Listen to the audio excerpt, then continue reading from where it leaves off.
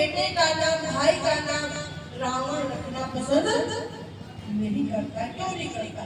इतना बड़ा विद्वान है, इतना बड़ा ज्ञानी है, 4 वेदों का ज्ञाता है, लेकिन फिर भी रावण के नाम से लोग कतराते हैं। क्यों? क्योंकि उन्होंने सच में ही धर्म से विमुख होकर अधर्म पर हमेशा चलने का कार्य किया है। और यही सब समझाते हैं कि सच में ही विभीषण बनो, रावण मत बनो।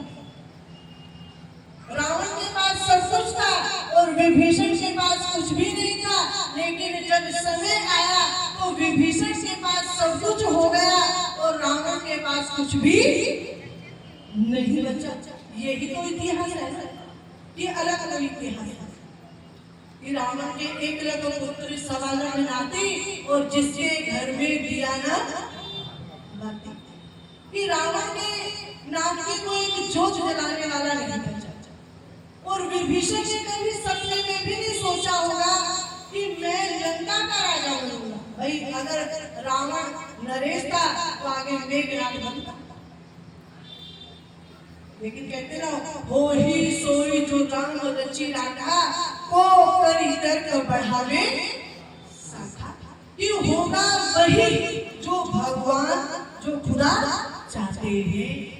और भगवान और खुदा क्या चाहते हैं कि अगर आप सच में ही ईमानदारी से और वफादारी से जीवन जियोगे तो कभी ना कभी आपका भी समय आएगा ही आएगा। और अगर आपने जीवन रावण जैसा जिया, दुर्योधन जैसा जिया, कंस जैसा जिया, तो ना तो कोई अपने बेटे का नाम कंस रखना पसंद करता है, ना दुर्योधन और ना ही रावण। तो फायदा क्या? कोई फायदा है? तो सच में विभीषण बनिए। और विभीषण का मतलब क्या है कि जो हमेशा हृदय में दया रखता था, प्रेम रखता था और कहीं ना कहीं धर्म के अनुकूल रहता था। तो हम सबको अपने हृदय के अंदर ये झांक कर देखना चाहिए कि सच में हम विभीषण हैं या रावण तो नहीं बन रहे हैं। क्योंकि हमारे अंदर ही रावण की प्रवृत्तियां हैं, हमारे अंदर ही विभीषण की प्रवृत्तियां हैं। और जिस दिन आप अपने अंतःकरण में अपनी अच्छाइयों को और बुराइयों को टटोलना शुरू कर दोगे तो आप रावण से विभीषण बन जाओगे और विभीषण से रावण भी बन जाओगे। ये मानव के ऊपर निर्भर करता है कि वो बनना क्या चाहता है।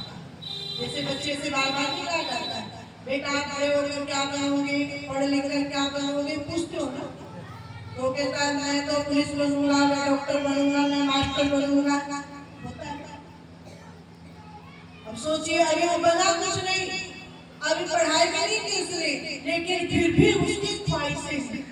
और वही बच्चा अगर सच में ही अगर पढ़ लिख जाए और उसको कहीं ना कहीं स्कोप मिल जाए अच्छी, तो डॉक्टर भी बन सकता है, मास्टर भी बन सकता है और थानेदार भी बन सकता है कि नहीं बन सकता। तो ठीक ऐसे ही हम सब लोग बच्चे तो नहीं, लेकिन मन बच्चा है, ये हमेशा याद रखना। आप चाहे 10 साल के हो और चाहे 60 साल के हो, मन हमेशा बच्चा ही रहता है। शरीर बचपन से जवानी, जवानी से बुढ़ापा आ जाता है, लेकिन मन तो हमेशा बच्चा ही रहता है। फर्क है केवल बुद्धि में उतार चढ़ाव आता रहता है। बुद्धि में उतार चढ़ाव आता रहता है। जैसे किसी लोग कहते हैं कि देखो अभी 20 साल का हो गया लेकिन इसके अंदर बचपना नहीं कहते, इसकी बुद्धि अभी विकसित नहीं हुई, ये कहते हैं अभी इसकी बुद्धि विकसित नहीं हुई।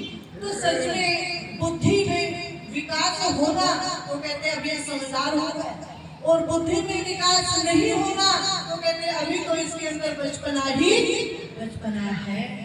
और सबसे जो बच्चे होते हैं ना भगवान को बड़े प्यारे लगते हैं और हमको भी बच्चे बड़े प्यारे लगते हैं।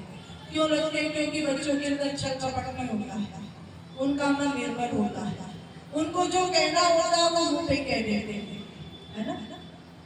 उनको भूख लगेगी तो कहेंगे कि हमें खाना दीजिए, उनको खाना भले कितनी अच्छी चीज है, वो भले हमारी फेवरेट चीज है, लेकिन अगर बच्चे को पसंद नहीं है तो कहेंगे नहीं हम नहीं खाएंगे। लेकिन बड़ा आदमी लालच कर देता, वो छोटा बच्चा कहेगा हम नहीं खाएंगे। तो सच में अगर सच में ही हम बच्चे बनकर रहेंगे, बच्चे का मतलब क्या है, ऐसा नहीं है कि लोली चूसते घूमो और को कि हम बच्चे हैं, वो नहीं। मन के अंदर निर्मलता होनी चाहिए, मन के अंदर छल छपट नहीं होना चाहिए, क्योंकि भगवान कहते हैं निर्मल मन